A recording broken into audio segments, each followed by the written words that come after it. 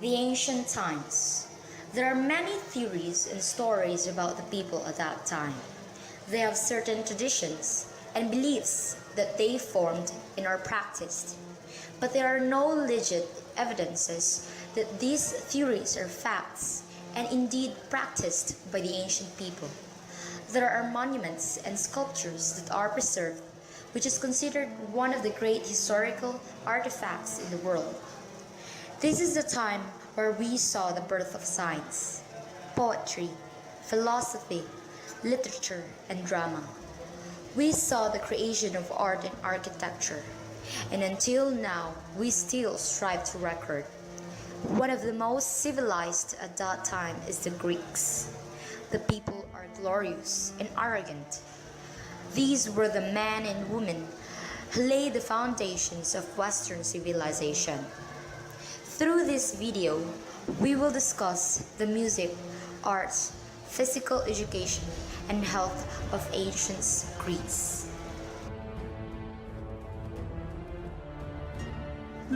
Music. Ancient Greek music remains one of the least illuminated chapters of the history of Greek culture. Despite the fact that we have access to information concerning the role of music in everyday life, a great deal of significant information concerning the sound and the way it was played remains unknown. The studies of ancient sources reveal that the role of music in ancient Greece was far more complicated than that of music nowadays. Music nowadays is part of our everyday routine and the means of entertainment. There are, however, certain kinds which are considered to be the elite of music and are addressed to the initiated and the music lovers. In ancient Greece, music was an integral part of people's everyday routine, and due to the fact that music was a complicated form of art as well as a cultural expression, it was highly regarded and present in all private and public festivities. Arts. In around 450 BC, the Athenian general Pericles tried to consolidate his power by using public money. The Jews paid to Athens by its allies in the Delian League coalition to support the city-state's artists and thinkers. Most of all, Pericles paid artisans to build temples and other public buildings in the city of Athens. He reasoned that this way he could win the support of the Athenian people by doing out of plenty construction jobs, at the same time by building public monuments so grand that people would come from far and wide to see them. He could increase Athens' prestige as well as its own.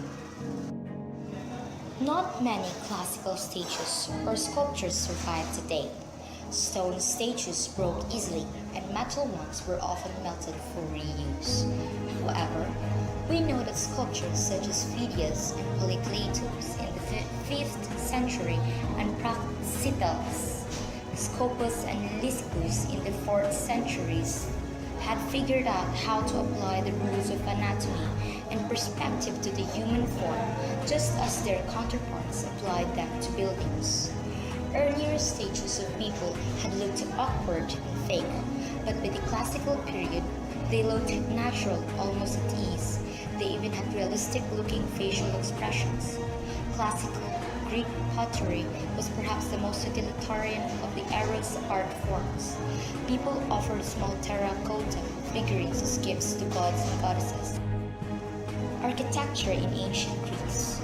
Greek life was dominated by religion, and so it is not surprising that the temples of ancient Greece were the biggest and most beautiful. They also had a political purpose, as they were often built to celebrate civic power and pride, or offer thanksgiving to the patron deity of a city for success in war. Greek temple architecture. The Greeks developed 3 architectural systems called orders, each with their own distinctive proportions and detailing. The Greek orders are Doric, Ionic, and Corinthian. The Doric style is rather sturdy and its top, the capital, is plain. This style was used in mainland Greece and the colonies in southern Italy and Sicily. Ionic order. The Ionic style is thinner and more elegant. Its capital is decorated with a scroll-like sign, a volute. This style was found in eastern Greece and the islands. Corinthian order. The Corinthian style is seldom used in the Greek world, but often seen in Roman temples. Its capital is very elaborate and decorated with acanthus leaves. Physical education. According to historical records, the first ancient Olympic Games can be traced back to 776 BC. They were dedicated to the Olympian gods and were staged on the ancient plains of Olympia. They continued for nearly 12 centuries until Emperor Theodosius decreed in 393 AD that all such pagan cults be banned. Olympia.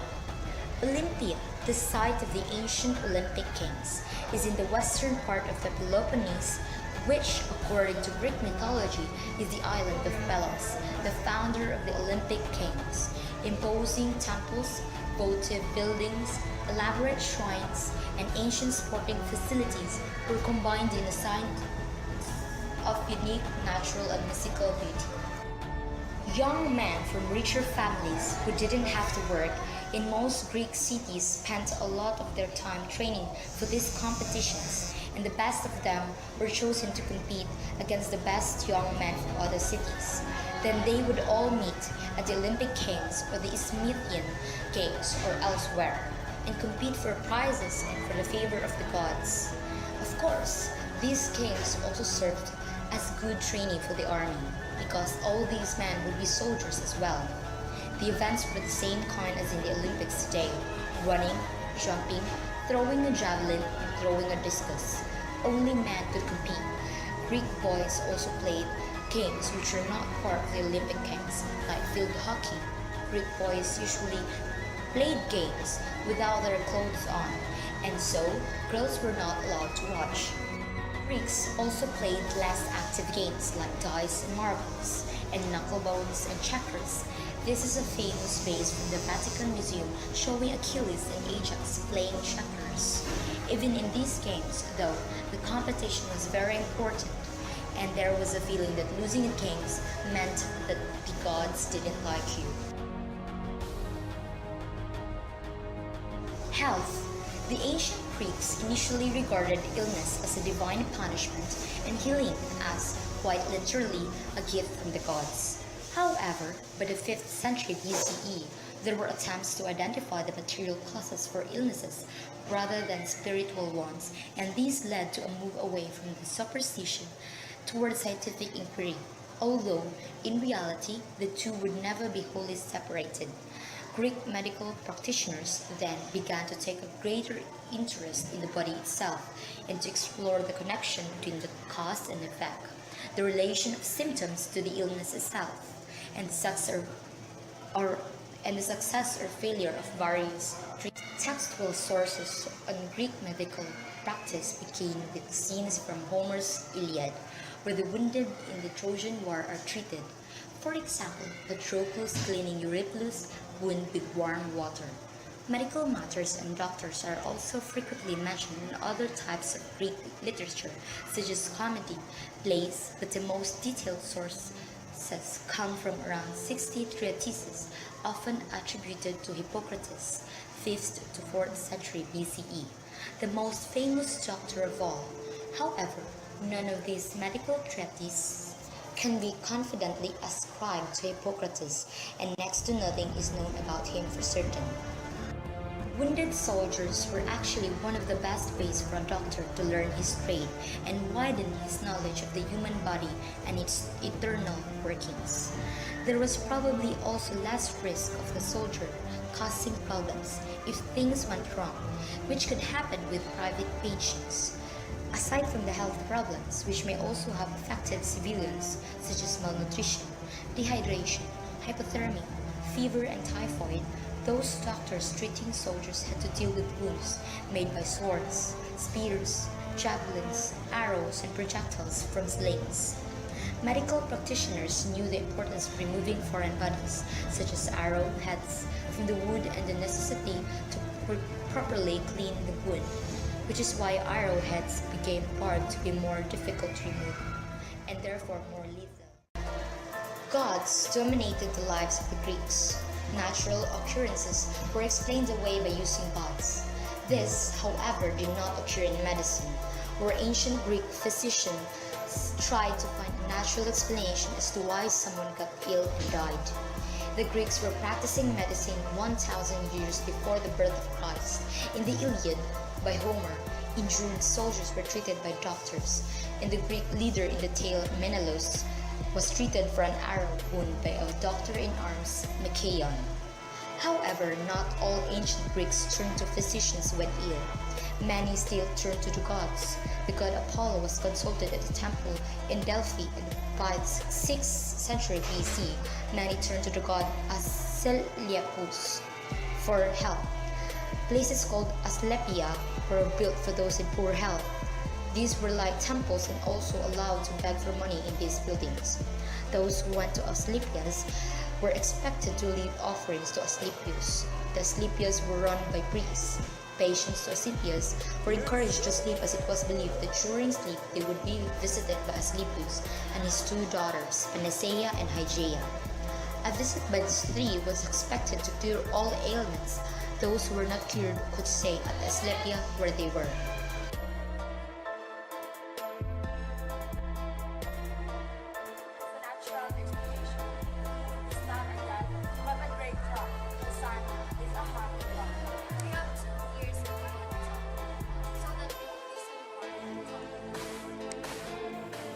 With all the things that we've discussed about the ancient times, there are still many questions left unanswered. There are artifacts that are still being examined by archaeologists, historians, and etc. And there are still many theories that are left to be proven. But one thing for sure is that we won't become developed as we are. And so, we must treasure this and make this as an inspiration to continue the world evolution. There are other sources that could further explain about the diverse culture in ancient times. But one thing for sure is that ancient people gave a big contribution in developing things for our own comfort. With their help, we made up to this point where technologies exist, and history will continue to record and preserve. Thank you.